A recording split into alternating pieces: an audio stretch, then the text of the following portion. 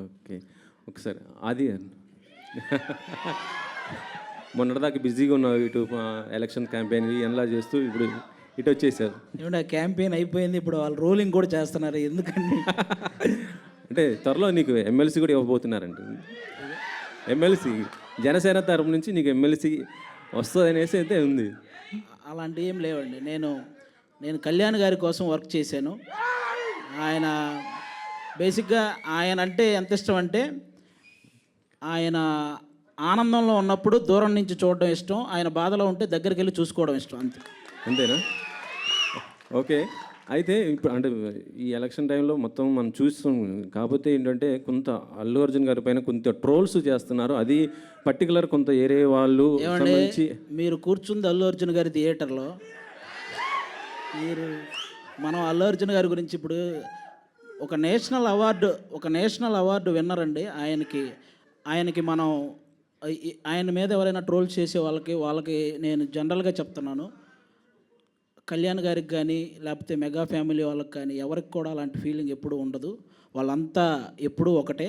కాబట్టి ఒక national award సాధించినటువంటి అల్లు అర్జున్ గారిని అలా కొంతమంది వాంటెడ్గా ట్రోల్ చేయటం కానీ, ఇలా కొన్ని తమ్మునేల్స్ పెట్టడం కానీ, ఇలాంటివి ఇక నుంచైనా ఆపేయాలని మనస్ఫూర్తిగా కోరుకుంటున్నానండి, అంతే. ఇంకా అంతకు. Okay okay. అశ్విన్ గారు హాయ్. అశ్విన్ గారు ఇక్కడండి. Hi brother. హాయ్. యాక్చువల్గా మీరు బ్యాక్ టు బ్యాక్ సినిమాలు చేసే ఛాన్స్ ఉన్నప్పటికీ కూడా సెలెక్టివ్గా చేస్తున్నారు. హిడింబా తర్వాత మళ్ళీ 1 year తర్వాత శివంబాజీ చేశారు. ఎందుకంత గ్యాప్ తీసుకుంటూ ఉంటారు? అంటే గ్యాప్ అంటాం కన్నా గ్యాప్ వచ్చిందని అంటే మళ్ళీ అల్లు అర్జున్ గారు డైలాగ్ అంటారు. అంటే నాకు బేసిక్గా కాన్సెప్ట్ నచ్చాలనే పెట్టుకుంటాను. నాకు ఆడియన్స్ అంటే చాలా భయం. వాళ్ళు ఏమంటారా అంటే రిసీవ్ చేసుకుంటారా లేదా అనేది. అంటే మనల్ని అంటే ఇతని సినిమా బాగుంటుంది, భలే కాన్సెప్ట్స్ ఎంచుకుంటారు అనే మాట తెచ్చుకోవాలని చెప్పి నేను పర్టికులర్గా కాన్సెప్చువల్ మూవీస్ కోసం, ఆ స్క్రిప్ట్స్ కోసం వెతుక్కుంటూ ఉంటా. దొరికితే వెంటనే చేసేస్తాను, లేకపోతే కొంచెం లేట్ అవుతుంది. బట్ ఈ మాట నేను ఇప్పుడు అన్నందుకన్నా మీరు ఈ సినిమాలో చూసిన తర్వాత ఆ కాన్సెప్ట్ ఉంటుంది. మీరు డెఫినెట్గా మీరు అందరు నన్ను బ్లెస్ చేస్తారని నేను గట్టిగా నమ్ముతున్నాను. All the best. Thank you. Digangana గారు హలో. హాయ్. ఆఫ్టర్ అంటే మీరు కూడా అశ్విన్ గారి లాగానే చాలా సెలెక్టివ్గా చేస్తున్నారా, లేకపోతే తెలుగులో తక్కువ ఆఫర్స్ వస్తున్నాయా? అంటే సిటీమార్ తర్వాత మధ్యలో ఆది గారితో సినిమా చేశారు, మళ్ళీ ఇదే అనుకుంటా నాకు తెలిసి. So Selective, yeah, but I also think that, there's something called destiny of a film and destiny of being in that film. The way that Shivam Bhaje worked out for me, I think it was one call, one line that I had heard, and I was rather thanking and happy that I was approached for the film and I got into the part. It's very true that I would consciously want to be a part of films there where I add value to the narrative. I don't just want to be in the film. So that's a conscious decision for sure.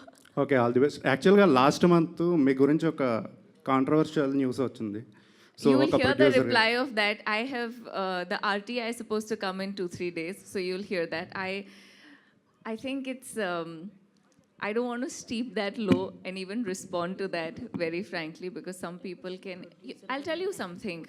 Since you've asked me that question, actors or anybody who's a public figure is always very fragile, right? Tomorrow anybody can stand up, say something about you, and you'll have to defend yourself, right? You can't go ahead and debate with that person because it will never make sense, right?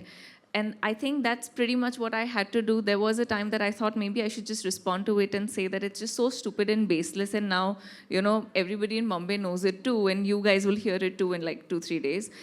But at the same time, when somebody does something like this, of course, people like you and other people who must have read it, there is that thought that crosses your head that, could this be true?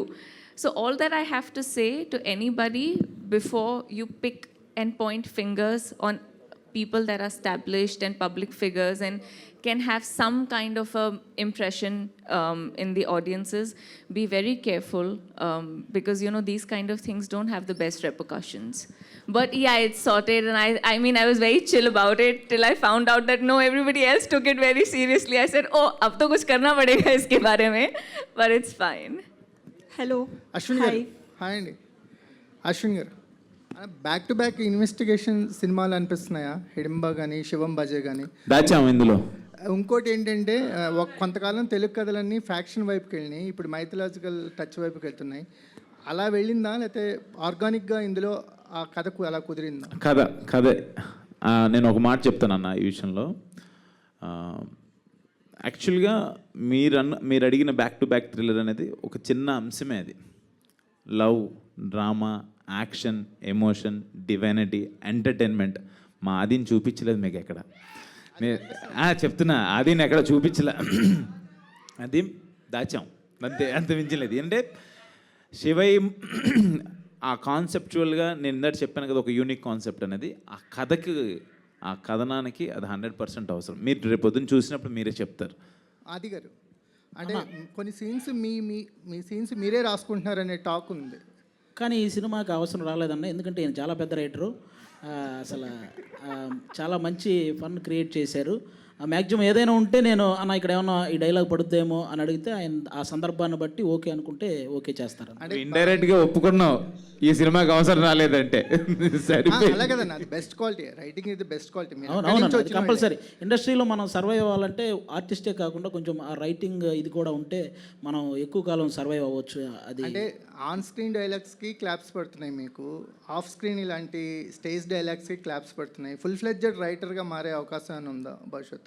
Full ప్లెడ్జ్డ్గా అదేం లేదన్నా. నేను చేసే వాటి వరకే అలా work చేస్తానన్న. ఎందుకంటే మనకి ఒక పక్క టీవీ షోలు, అలాగే జనరల్గా కొన్ని సినిమాలు కూడా రన్నింగ్లో ఉన్నాయి. మనం కంప్లీట్గా ఒక దాని మీద వర్క్ చేయాలంటే ఇవన్నీ ఆపేస్తేనే అలా చేయగలం అనమాట. ఇప్పుడు ఆ అవకాశం లేదంటారు. ఓకే.